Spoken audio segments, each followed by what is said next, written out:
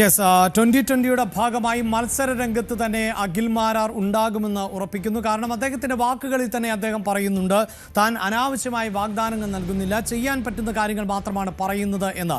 അങ്ങനെയുള്ളവർക്ക് തന്നിൽ വിശ്വാസമർപ്പിക്കാമെന്ന് പറയുമ്പോൾ അദ്ദേഹം സ്ഥാനാർത്ഥിയാകും എന്നത് നമുക്ക് ഉറപ്പിക്കാം. അവിടെയാണ് ഈ സ്ഥാനാർത്ഥിത്വത്തിൽ എവിടെയായിരിക്കും അഖിൽ മാരാർ മത്സരിക്കുക? അതും ഇന്നലെ തന്നെ അതുമായി ബന്ധപ്പെട്ട സൂചനകൾ പുറത്തു വന്നിരുന്നു. ഇപ്പോഴത്തെ പശ്ചാത്തലത്തിൽ കൊട്ടാരക്കരയിൽ തന്നെയാണ് ഒരു മത്സര സാധ്യത നമ്മൾ കാണുന്നത്. അങ്ങനെയെങ്കിൽ കൊട്ടാരക്കരയിലെ മത്സര ചിത്രം എന്തായിരിക്കും എന്നതാണ് നമ്മൾ വിശദമായി പരിശോധിക്കുന്നത്. കൊട്ടാരക്കരയിൽ LDFന്റെ സ്ഥാനാർത്ഥിയായി KN ബാലഗോപാൽ എന്ന പേരിന് അപ്പുറത്തേക്ക് മറ്റൊരു പേരില്ല. അപ്രതീക്ഷിതമായി മറ്റൊരു സ്ഥാനാർത്ഥി UDF കോട്ടയിലേക്ക് വരുന്നത് ഐഷ പോറ്റി എന്നതാണ്. ഐഷ പോറ്റി കോൺഗ്രസിന്റെ ഭാഗമായത് നമുക്കറിയാം. ഏറെ നാൾ MLA ആയിരുന്ന ഐഷ പോറ്റിയാണ് CPIM പാളയം വിട്ട് UDFിലേക്ക് ചേക്കേറിയിട്ടുള്ളത്. അതുകൊണ്ട് തന്നെ ഇത്തവണ സ്ഥാനാർത്ഥിയായി എത്തുന്നത് ഐഷ പോറ്റിയാകും എന്നതിൽ തർക്കമില്ല.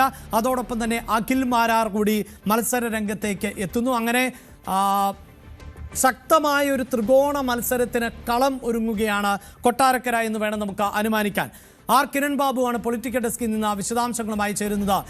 കിരൺ, അതായത് മത്സര ചിത്രം തെളിയുന്നതേ ഉള്ളൂ, ഇനി സ്ഥാനാർത്ഥികളെയൊക്കെ പ്രഖ്യാപിക്കേണ്ടതുണ്ട് എന്ന് പറയുമ്പോൾ പോലും ഏതാണ്ട് കൊട്ടാരക്കര ഇങ്ങനെയായിരിക്കും എന്ന് ഉറപ്പിക്കാൻ പറ്റുന്ന രാഷ്ട്രീയ സാഹചര്യമല്ലേ ഇപ്പോഴുള്ളത്?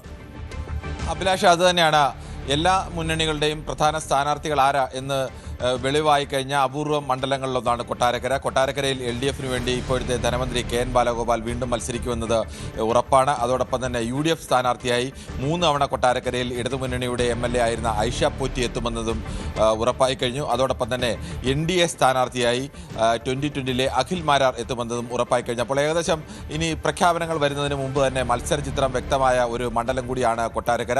കൊട്ടാരക്കരയെ സംബന്ധിച്ച് അങ്ങനെ ഒരു ത്രികോണ പോരാട്ടം എന്നൊന്നും പറയാൻ കഴിയില്ല. കൊട്ടാരക്കരയിൽ അങ്ങനെ BJPക്കോ അല്ലെങ്കിൽ ഇനി അഖിൽ മാരാർ വന്നാലോ അങ്ങനെ ഒരു ശക്തമായ ത്രികോണ പോരാട്ടം നടക്കുന്ന മണ്ഡലമല്ല.